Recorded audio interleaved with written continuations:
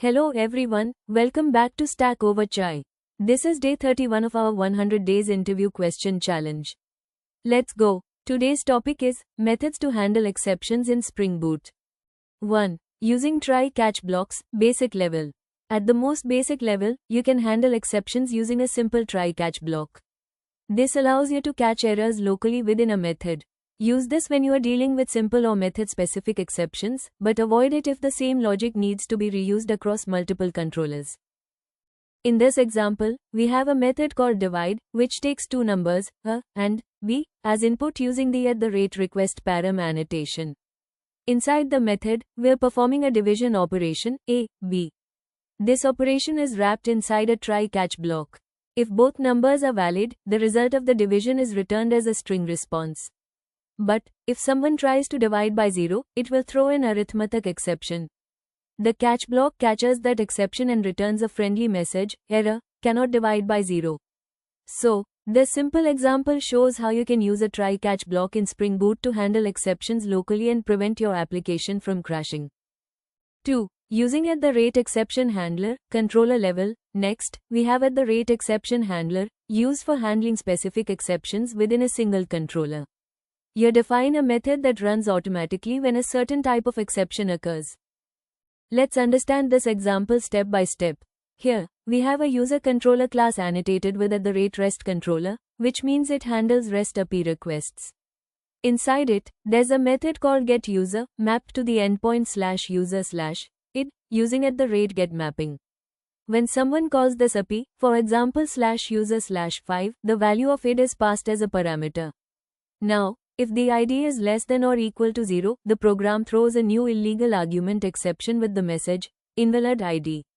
Instead of crashing the application, we handle this exception using the @exception handler annotation. The method handle invalidid automatically gets called whenever this type of exception occurs. It returns a response entity with a bad request, 400, status and sends back the error message to the user. 3. Using @controller advice, global exception handling. When you want to handle exceptions across the entire application, you use @. This acts like a global error handler, so you don't have to repeat exception code in every controller. Let's understand this example. Here, we're using @controller advice to create a global exception handler in Spring Boot. This class, global exception handler, is marked with the @controller advice annotation, which means it can handle exceptions thrown from any controller in the entire application. Inside it, we have a method called handleAllExceptions, and it's annotated with @exception handler, exception.class. This means it will catch any type of exception that occurs in the project. When an exception happens, this method returns a response entity with an HTTP status of 500, internal server error, and a body message that says, error, followed by the exceptions message. So, instead of your app crashing or showing a stack trace, this global handler sends a clean, readable error response to the user. 4. Using @response status. Sometimes, you may want to define custom exception classes with specific HTTP status codes. You can do that easily using @response status. Let's break down this example. Here, we're using the @response status annotation in Spring Boot to send a specific HTTP status code when an exception occurs. We've created a custom exception class called resource-not-found-exception and annotated it with @response status, HTTP status.notfound. That means, whenever this exception is thrown, Spring automatically returns a 404 not found response to the client. Inside the controller, we have a getProduct method. It takes a product ID as input, and if the product doesn't exist, it throws the resource not found exception. So instead of returning a generic error, the user gets a clean message like, product not found with, along with a proper HTTP 404 response. 5. Using response entity exception handler, advance. Finally, for more advanced applications, Spring Boot provides a built-in class called response entity exception handler. You can extend it to customize error responses for REST APIs and validation errors. Let's understand this example step by step. Here, we are using @REST-controller advice along with response entity exception handler. This is one of the most advanced and powerful ways to handle exceptions globally in Spring Boot. By extending response entity exception handler, we can override built-in exception handling methods provided by Spring. In this example, we are overriding the method handle method argument not valid, which is automatically called whenever a validation error occurs. For example, when a request body fails validation because of missing or invalid fields.